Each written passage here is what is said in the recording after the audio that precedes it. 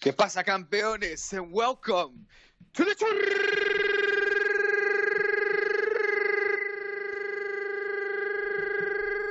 Churros y Tácticas Podcast. It is March the 8th.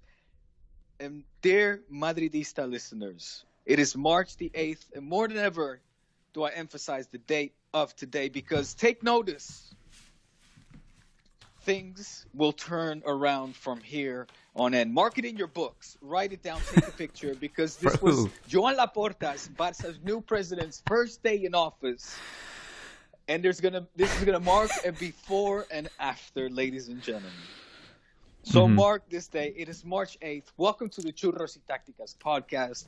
I'm your host for the day, Diego Lorijn, and joining me, as always, is the founder, the creator, the master behind this beautiful podcast called Churros y Tácticas Podcast, for which I have the honor to do the introduction for. Why, you ask? Well, because Barca managed to beat, in an ugly way, it was an ugly win, but we beat Osasuna 2-0 and thereby leapfrog Real Madrid. Or wait, were you guys still behind at that point? I don't really remember. In any case, we opened up the gap. It's a 2-point gap between third and second, and we're 3 points behind the leaders and the ones who have to this day been calling the current La Liga champions of the 2020-21 season. The first time that I also admit there might be a question mark to that statement, and I might have to rectify it because at this point, I'm going all in, Kiyan. I'm going all in. I'm 100xing the rest of the season. We're gonna win La Liga, and we're gonna win the Copa del Rey, and we're gonna stir up some shit come Wednesday in the Champions League. Wow! And we'll make some people sweat. I'm not saying we're gonna qualify, but we'll make some people sweat. How are you doing?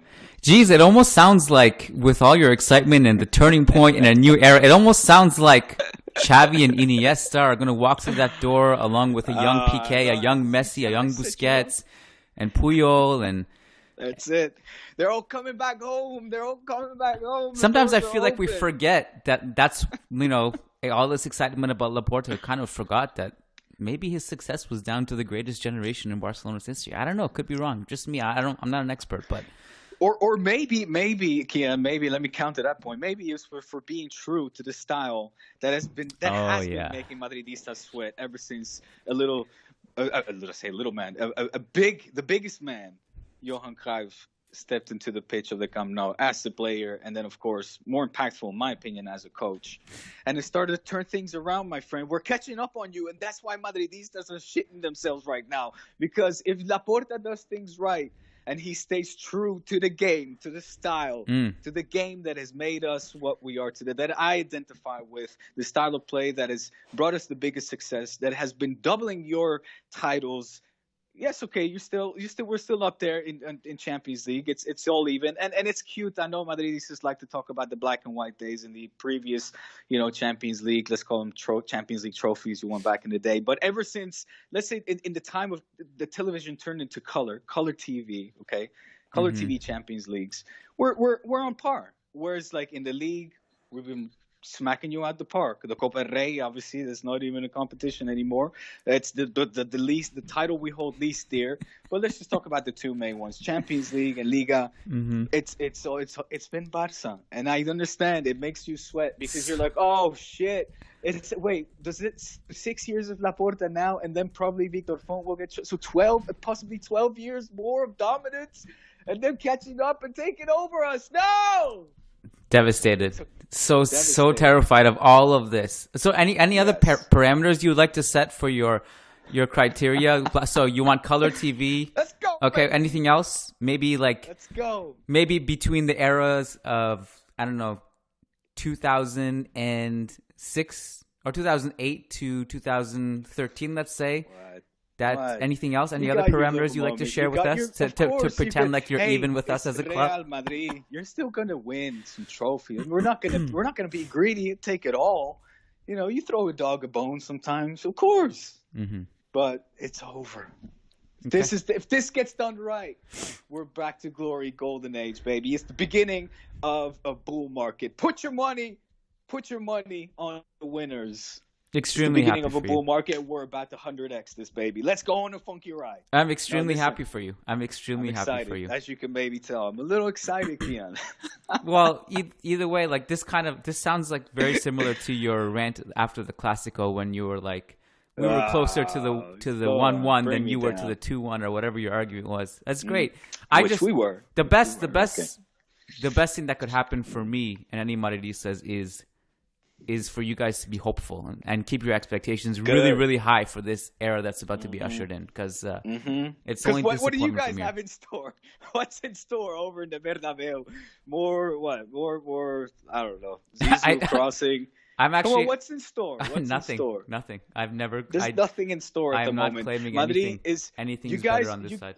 You guys will still draw out, or games and win games with ugly football. You have great individual players. Benzi deserves a statue for the shit that he's had to put up with, and the fact that he stayed loyal for so many years and still produces what he does on the field. Phenomenal. I love it. He deserves better, if anything. But so you're still going to be up there at the top, Kiyan. I think before Benzema statue, we're going to build Bartomeu statue outside the Bernabeu first. Oh, I think, you know what? I'll help you build that. Well, I mentioned this. Kiyan, can before your rebuttal, can I just say? There's no rebuttal. There's no rebuttal. We're just getting started, Kiyan. We don't have much time. We got to talk about actual football and stuff. Hold up. Can I just digress and interject real quick before I want you to lay down the Madridista law to me, okay? Go ahead. For our listeners, this is the it's a historic podcast because it's also the very last time you're going to be listening to a micless or shit mic episode, okay? The new mic is coming in tomorrow. Be here before 9 p.m. So says Amazon Prime. It's big news. I'm very excited, and you guys deserve better. You guys have been loyal to this podcast, loyal listeners. I see your comments, of course, and other ones. I think it was Taps. I don't remember now. Plenty of you have been bitching about the mic. You deserve better, and more professionalism from us, from me. Keep me at a higher standard as I do myself. And you're gonna get better. It's time to step it up, baby. So my apologies for the shit mic and the mic situation in general. Well, that's big news. And this is remember last podcast on Friday when I tried to convince you that all this Barca, all the bad stuff that's happened to Barca is not as bad as you think it is, and it's just a blip. And you were like, no, it's not a blip. This is a blip. That whole month with Messi leaving, that's over, and now he's staying, and he was voting with his son. What do you mean? What's not true? Beautiful. And I said that's not sure. I didn't say it's not true. So it's not sure he stays. No, but I mean, he went up there with his vote, and he's happy now, and you guys had a nice win. You're so depressed. You're like, he's happy as well now. It's fucking over. You know it. Dark times ahead for Madrid. I'm sorry. Times. Let's hope so, man. We can be hopeful. That's all we got at this point, because it was drastic, man. It was dire measures still have to be taken. And look, let's be realistic now, all right, for a second. And excuse me for having had my first real fun podcast in the whole fucking season. Come on here every week, having to put up with a lot of shit, and I'm excited now, man. But challenges are ahead for Laporta and tough ones. You mentioned Messi. Is he going to resign or not? His old organigram, right? His old organigram. Okay, we know he has Matteo Alemany. He's apparently coming as well with the CEO of Media Mart. I think it's Media Mart for the Peninsula, for Spain and Portugal. Which, these are people that are not, he's of course his right-hand man at the moment, Rafa Justin. And these are people that are in the know and work, on a big scale. It's not, with all respects, it's not somebody who comes from the handball team and used to play for that. With all respects, again, I don't want to No quiero faltar respeto. I don't want to lack respect anyway. But anyway, back to his challenges. The future of Koeman, the entire economy of the club, Kiyan, which, you can brush to the side and say everything's fine again. But these are big, big things. Barca, we read the fantastic New York Times article that our Patreon asked us to address as well, like we did last time on the pod, where, the outline of the problems at hand and the challenge at hand, from an economic perspective alone, are already momentous and ginormous, and it's not such a straightforward thing that things will obviously go back to normal as of today, as I'd like to, maybe, as I professed earlier, I'd like to obviously just dream about. But still, with 2 feet on the ground, being realistic, there's so much still that has to change before things are back to normal. So there, a little pep talk for you. Well, he has a big task ahead of him and a lot to do to fix the financial situation. He has to be very flexible and creative with how he reconstructs the squad moving forward. There's a lot to consider and think about. Wages, exactly. The wages and how to fix that, the whole salary structure. I mean, getting Eric Garcia on a free is a good start. Even though it not necessarily might not be his signing, but obviously he's going to probably go through with it. So that's a start. And I mentioned this. And by the way, I don't like whoever listening to this, if you're a Madridista getting annoyed with Diego right now, or you're a Barcelona fan getting hyped with Diego, or maybe you feel like you're a Barcelona fan, you want to temper the hype a little bit and keep the expectations realistic. Either way, I understand your excitement because we kind of went through this with Ramon Calderon in Florentino Perez, right? When Florentino came back, it was the same kind of excitement and happiness. You remember that when you guys won the Champions League in 2009, was it? What was the treble year, the sextuple year? Was that 2009? I always forget. 2009, 2010. Was it 10 with the World Cup? I forget. 2009, 2010. I think it was 2009 because you guys had just won the Champions League, and the day after Marca's front page was Benzema, Xabi Alonso, Ronaldo. Yeah, something like that. And so we had, that was like the hype, right? And I remember feeling that hype too. And there's I would say that the thing with this, and again, this is coming from a friend, I guess. I just think like, it could be a few years where you see the real fruits of this if it's going to be successful, right? It's not going to be. Of course. It's not going to be. I mean, look, I'm not saying it's not going to be. It could be this season. It could be next season where you start to see that, or there's a scenario where you do go to PSG, you lose, but you play well. Maybe there's an oomph. There's a little uptick in your morale or whatever, and you guys fight. But probably likely we'll see the real quote unquote fruits of this a little bit later. And I will say again, like it's if this is going to be a youth focused project, possibly out of necessity, even because of the financial situation. And the good thing is that the youth is there. They're ripe for the plucking. They're ripe for the plucking. Listen, and that's exactly. I mean, you're reiterating the points I previously made with all the challenges he faces. Of course, again, jokes aside, that is going to take time, and that is not going to start tomorrow. And it might start by not losing games each weekend, and stepping forward towards the Copa del Rey final in April. Imagine winning that. You'd have to deem it as a good season for Ronald Koeman as well. Will he stay?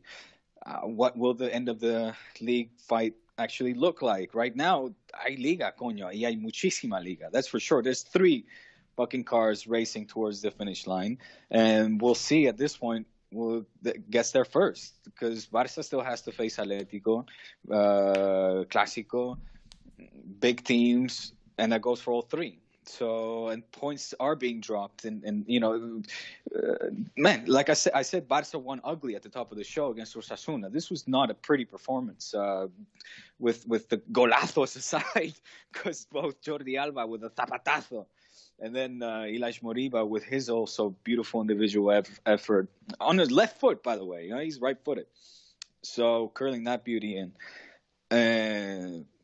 That aside, it was an ugly win. It was not a good, convincing Barca performance. and it's gonna. And my point being, there will be times where it's not. You don't see the team progress and take a step back instead, retrace, and recorrect and try to get maybe then again the game after we see an improvement like we saw against Sevilla for these last two games, but baby steps. Yeah, I mean, well, it's on some level, it's not a big deal that you played ugly football against Osasuna. You can't play perfect football all the time, and it's not keep this team at a high standard. So even without fans, but I don't. I've kind of mentioned this on the record multiple times, but Barcelona from an offensive standpoint haven't been bad to watch this season, even though maybe as a whole it hasn't been that exciting. But again, they're far superior to Real Madrid offensively, and that's a fact. That's backed up by the numbers, certainly backed up by the eye test in terms of what's more fun to watch. If you're a neutral watching, there's more chance you're going to see better goals and better offense watching Barcelona play than you are watching Real Madrid. But I wanted to bring up a key point here that I mentioned to Ewan in passing, because Ewan McTeer and I did the post-game show for the derby last night. Okay. And, obviously Laporta came up a little bit because we were just kind of making fun of the fact, it's the day. Yeah, it's the day, and we were just making fun of the fact, or just making fun or light of the situation that this is Barcelona's season of turmoil, their second place, and all this stuff that Diego, you were crying. This is the worst time in Barcelona's history. Blah, blah, blah. And I know, but anyway, my key point was, no matter how you spin it, and no matter how many jokes we make here and there, I think ultimately it's always good for Real Madrid if Barcelona is good, and it's always good for Barcelona if Real Madrid is good, because we push each other. Florentino's big signings in 2009, in large part, came in response to Barcelona's success. And look, it took us years to finally win La Decima and then win the three-peat. Obviously, that took a long time after those 2009 signings, but they were the backbone of that success with Ronaldo and Xabi, obviously part of La Decima year, and Benzema. But also just throughout the years, all those signings, they were partly in response to Barcelona's success. And if Barcelona become, otherworldly again, then ultimately I think that's a good thing for Real Madrid, because that pushes them to be better too. Because if the league kind of just stays like this, and you're just trudging by on these unimpressive performances, and really you don't really have that superstar power to carry you, that's going to push you to just be better, to make better decisions in the front office, to make better decisions on a tactical level, just to be on your toes a little bit more. And I feel like Real Madrid just haven't had that threat. And here's the other one. This is what I mentioned to Ewan. The Clásico hasn't had a bite in a long time. It hasn't had that feistiness, that bark. It's been descafeinado. It's been it has been decaffeinated. It's been too many hugs, too many first of all, just Laporta and Florentino. Florentino's not much of a trash talker and whatever. But Laporta is gonna definitely stir the pot a little bit, even if it's sarcasm or jokes or whatever. Look he will at stir his the PR pot, campaign. right? And he already has. Lord knows he already has. So just I don't mind the pot being stirred a little bit. I've always been vocal about that. I miss some of the Clásico villains that have been in the Barca team throughout the years. I kind of miss that. I'm as a Madridista with Laporta being elected. We always say we want Barcelona to be really bad, and where everything that bad happens to them. I'm not saying I don't enjoy that, but it's just more satisfying if Barcelona are also good, and that pushes you to be better. And if you win those Clásico and you win those trophies, it's ultimately more satisfying to get it on. Because right now the league is hurting. So again, in my opinion, it's good for the league if Barcelona are good. It's good for Atletico. It's good for Real Madrid. It's good for everybody to be better than they are right now. You're right. And you're a better man than me for eloquently admitting it like that. I can admit to it as well. But I have to say, the times where, the 6-2s, just the rubbing your faces through the dirt, the 5-0s, with just making you run circles around each other and seeing your faces of frustration. Those and just just rubbing it in. That's very satisfying. Yeah. Oh, I'm not saying like I would never enjoy those situations. I'm just saying that in a more of I'm talking about like a general zoomed out view of like you know. I have to. You know what? You're talking about the semifinal of the Champions League, for example, where we're both reached such a late stage, and then we kick your asses, and Messi scores one of the most beautiful goals the world's ever seen, and we go through to the final. We are even on Champions League semifinals, my friend. 1-1. Right. But that was a painful one. I was living in Mexico, Puerto Vallarta. But you know what? Like, I love it as well. You bring up such a good point with Laporta, him being, in your case, is he really like an evil dog? He's kind of like the Joker in Batman. Like, you sympathize when he's got cool. Like, he's one-liners, man. He's fantastic. You know, he came there yesterday. He said something along the lines of, when I arrived, it was cloudy. But then after I voted, the sun broke out. Oh, my God. So dreamy. So charismatic. Wow. A dark cloud, and then the sun came out. What a poet. Oh, my God. Let me just hold on a second. Can I just mute myself while I orgasm here?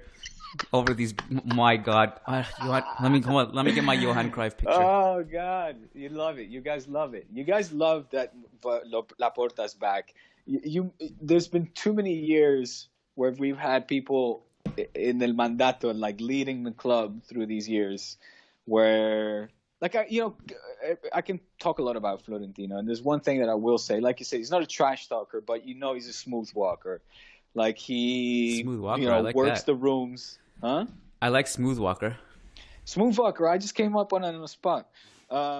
He's not a trash talker. He's a smooth walker. I'm gonna copyright that as well. Don't anybody steal it. All right, that is mine.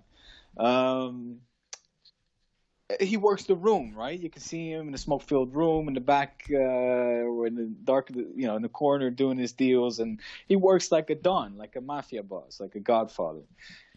Laporta is from New York. He's the new age, the flashier, but he's still very smooth, man. And like I said, he's got great one-liners. Now, I know there was a lot of things commotion that happened yesterday as well with regards to something he said. Also, an uncomfortable video also with the 18-year-old girl. You saw that? Well, so that's what That's what you're talking about? I was going to say, like, are we allowed to talk about that? Do we have to say that for Friday? The thing is, I hope that everybody listening, and you yourself included, Kiyan, saw the tweet of that girl, supposedly 18-year-old girl. And I'm doing air quotes at the moment because she wasn't 18, she was 30. And she was actually there with her mother, and her mother had said, hey, this is my daughter or whatever. She needs a job or something like that. And they were making fun, talking about how she's 30 years old and it's her. Anyway, long story short, yes, the girl was 30 and it was nothing along the lines of that. The media, which again, you got to be so careful. The media tried to spin what it was. And that was on his first day, not even the day he was getting elected. That was, it's a smear campaign, man. I was really happy that this came out. Well, it's a video. It's not a... Yes, but it's a video that cuts into the moment where he takes a picture. You don't hear anything that had been said before or during while they're having their back towards the camera. And then he goes, call me when you're 18, which wasn't a joke. She's like, it was a joke because my mother had said, or we were making jokes before talking about how I'm still my mama's little girl. And she's here like trying to get a job from me because I'm without a job, et cetera, et cetera. So it had nothing to do that the way that the media was trying to smear it or in social media was trying to be portrayed. It had nothing to do with that. And that's important because I'm not going to I'm going to be critical where we have to be critical. But this was a nasty smear campaign that was about to start off his mandate the way that people love to refer to it. As Joan Laporta, the Luz del Gas, the disco guy, the club guy, the one that jumps in the pool with his, at a private party, mind you, at a wedding, jumps in the pool with his tie around his head. What do you do at weddings, Kiyan? Well, maybe you're the wrong example. I do get drunk, and I do put a tie around my head. I'm very aware of my my public portrayal, my friend. Very careful. You're there eating some more pie, going, these guys. Vegan pie. Anyway, right. So. And again, my point being, this is at a wedding, for crying out loud, a private party. If people take images like pictures of me at private parties, you could start a smear campaign like instantly, multiple ones, and anybody for that matter. So I find it very nasty just that they basically it immediately was tried to spin that way, picking up where basically he left off as well and starting off like that. Thank God to that girl for denying it. I think I reposted it actually on my Twitter account. If anybody listening wants to read it, because I'm always been critical where we need to be critical and fair as well. And this just wasn't fair. So that's it. We have 1 minute, less than 1 minute, and we didn't talk about football. So we did not, and I wanted to ask you. So let's look until my kids and wife are not actually screaming and running up the stairs. Let's try to stretch it out for as long as possible. Okay? So I do want to talk about the derby. It's important. I want to talk about football. I want to know from you who deserved to win. Two things: who deserved to win, and was it penalty or not? So right now I'm kind of annoyed because I can't log into my notepad where I have all my football notes, like my tactical notes, because Google signed me out, and it's like, go into your phone to approve it was you, and my phone doesn't tell me anything. So anyways, I'm going off the top of my head, off the cuff. But I guess your question, I don't need to. Churros, baby. What was your question? Who deserved to win? Who deserved to win, and was it a penalty? I think a draw was fair, but Atletico were the better team. And I think the penalty was... I'm fine with it not being called. And I'm fine with it being called, is where I stand on it. Okay. I said this yesterday, but I didn't maybe say to the extent that I really wanted to say it. But I want to reiterate it today because I feel like I'm even more strongly about it. Okay. This idea that Real Madrid did, like that this was a tale of two halves and that Real Madrid were better in the second half and Atletico were better in the first half is ridiculous to me. Atletico were the better team from start to finish, but they collapsed at the end, and Real Madrid had a few good offensive plays, and they obviously where they scored, that was a really good offensive play and good link up between Casemiro and Benzema. Atletico collapsed in that moment. This is classic Atleti where they get a little bit too comfortable in a big game, and one or two moments at the end they lose concentration and they let it slip. They had the game in their hands. That one. They had the game in their hands. They were all over Real Madrid. The first half they dominated. The second half they didn't dominate, but they could have been 2-3-0. I mean, Suarez and Correa had two great chances in the box. So I don't believe that this was a tale of two halves. I think this was one team who was better tactically, but also hungrier as well. And Real Madrid scraped it out at the end, which is something they've been doing. I mean, good kudos to Real Madrid for fighting it out till the end. But that's kind of where I stand on it. Listen, generous. I would have said maybe not a tale of two halves, but I would have stretched it out and said maybe a tale of 2/3 and 1/3. Because that's about right too. Actually, that's fair. You know what I mean? Yeah. I felt that Atletico just disappeared, and I was so disappointed. Particularly noticed that drop and that change, I guess, as well in tactic with the substitutions of Lamar and Carrasco. But it was just too bad. At the same time, I was of course also rooting for a draw. It was awkward. I don't remember, feeling joy watching Madrid score at the very last minute and salvage some points, thereby scraping off some points, of course, of the league leaders in Atleti. And so I was oddly happy. It was a weird sensation. I'm not joking. I felt conflicted. It was strange, but I know it was good. Which leads me to a question. Has there ever been a game like growing up where you actually supported Real Madrid in some way? No, definitely not.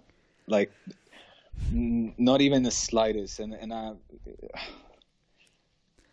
have the reason why I hesitate to say it, not going stronger, is because there was a moment when my mom actually, I can't believe I'm going to say this. Do it. So she sort of, normally, historically, in the family, we're all culés. Or she, in her family, I should say, my grandfather, my grandmother, and my aunt. My aunt doesn't really care about football, but all my grandparents' friends, everybody was culé hard to the bone. And my mom loved to go against her father, so she actually supported Real Madrid when she was younger, but very mildly. She was not like, I don't want to get people tweeting going, "Yo, the Dios Mom is Madridista, yeah." No. Like, she just kind of did it out of spite.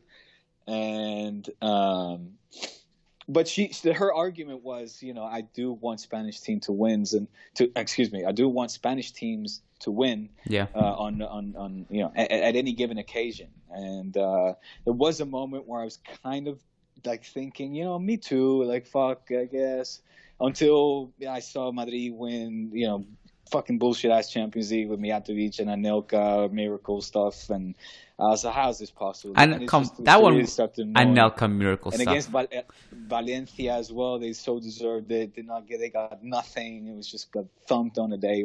And then it's like that whole sentiment that I entertained for a split second just turned, and it became vengeful towards Real Madrid G. Well, so, that one was actually very close to being a Clásico final. Remember? Wasn't it? Because didn't Valencia beat you guys in the semifinal? Yes, exactly. Yeah. God, my heart wouldn't have been able to take that. No, you would have won. We were awful. It was the bad years of Barca and Gaspar and stuff. Fuanjao. Which awful is bad, but too strong to say. But at that point in time, the only time we were going to win. The only time I was like okay with you guys winning a Champions League tie, which actually you ended up losing that one, was against Chelsea, the one where Ronaldinho scored that incredible goal where he just the Samba goal. Yeah, the Samba goal.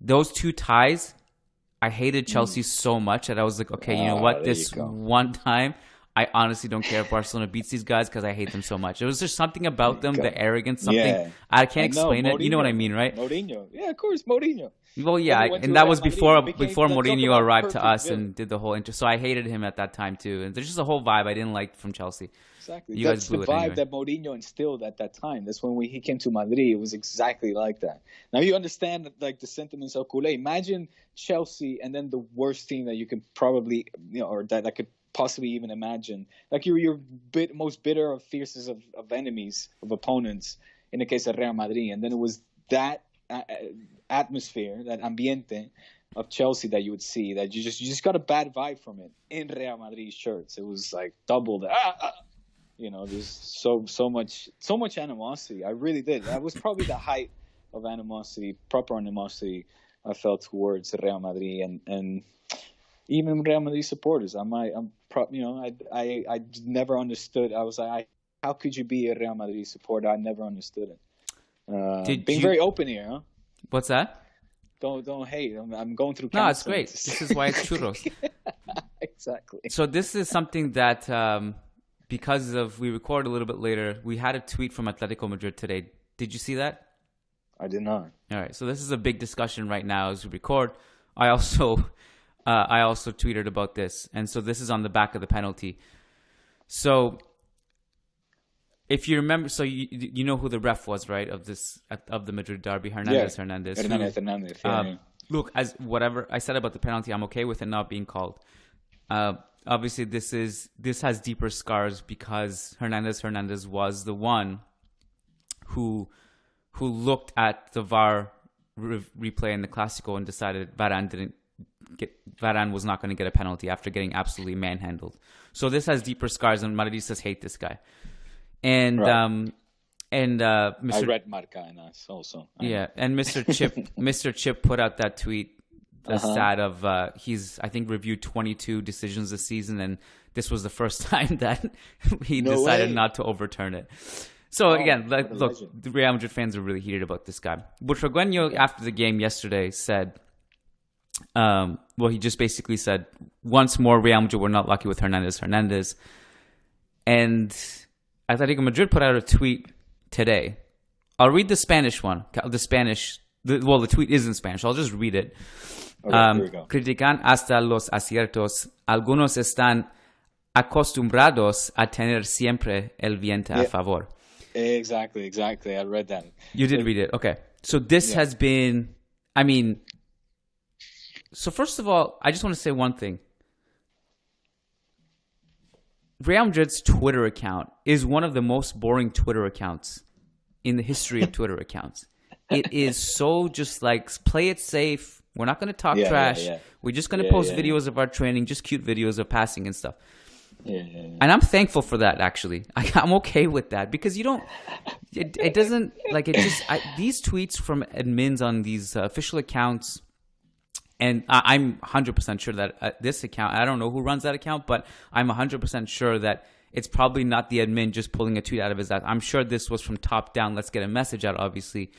It's Ewan. It's you. That would be the greatest plot twist ever. Plot twist, yeah. So this is a big discussion right now. Do you have thoughts on this? So just to translate, so you said... Yes, please. Yeah, I didn't translate it. So I'm leaving that up to you because you're better at Spanish than I am. Algunos critican hasta los aciertos, I think you said. So some even criticize the right decisions. Están siempre, o sea, están ¿qué? Con el viento a favor. Están acostumbrados de tener el viento a favor, or something like that. So they're used to having the wind in their favor. What's there to comment? What do you mean? As in, like, I agree. Like, you agree with what? What is there to comment? With what they were saying. Which part do you agree with? Well, first of all, that I don't really know why. When I was reading the newspapers and listening to reading what they were supposed to be saying in the tunnels and stuff, and criticizing Hernandez and having so much beef with him and his decisions on the day with the penalty. Like, for me, it wasn't a penalty. Like you, I don't think that needed to be called. And so I didn't get the criticism. I mean, from what I was reading, I felt that some felt robbed, like Atletico had robbed them, and that just didn't make sense to what I was seeing. So then when I read these statements of the Atletico players saying why these guys criticizing the right decisions, they're just always used to having everything go in their favor. I'm like, yeah, probably sounds about right. What's going on? Because it's bullshit. Why are they complaining? First of all, I don't know. Like, okay, hold on a sec. Rewind. Calls go for and against almost every team. We've talked about this. I don't want to go over this again. Real Madrid gets screwed a bunch of times. They get favored. Same with Atletico. Same with Barca. But why are we taking official Twitter accounts to talk trash like this? Since when did that become like an acceptable thing to do? But I got a bit. I thought you were referring to a news article. I didn't like you. I thought that you said that they had just retweeted a news article. Or is this? No. It's just a tweet. Like, just out of the blue. Like, this is just, I don't know. And also, who are they referring to? Just Butragueño, who said something yesterday, and all Butragueño was saying yesterday was we were not lucky with Hernandez, and I don't know. It just seems like very... No, but I think they were referring to more what they were hearing in the dressing room. Apparently there was not scuffles, but there was arguments and, kind of, I guess a discussion being held between players from Madrid that were not agreeing with Hernandez's decisions on the day. Either way. It's just a bad look from an official Twitter account. Well, it is. And these discussions are always going to... Like you said, at the end of the day, everybody gets calls in favor, calls against, some more, some less. But, where there's a couple more or less amongst friends, eh? Listen, Kiyan, I gotta go, my friend. All right, you jet. Because my kids are starving. I just got into my notes too, by the way, so just in time. All right. Yeah. All right. No one will ever see my notes now. Save those for the anniversary edition when we will still be talking about this in a year from now. All right. We'll be back Friday to talk a lot of good football, including Athletic versus Athletic Bilbao. Man, my dyslexia really coming in full force here. Atletico Madrid versus Athletic Bilbao on Wednesday. I believe it is the same day as Barca PSG, right? Possibly? Yep. Yeah. So yes. Friday is going to be a banger over on patreon.com/Churros y Tácticas. Diego, thank you, my friend. Congrats on all the success this weekend, beating the great Osasuna and electing Jesus Christ himself. Stop it. Congrats. New mic on Friday. And new mic. Congrats on that too. Yeah. Yes. All right. Thanks, Diego. Take care, my friend. Thanks. Peace.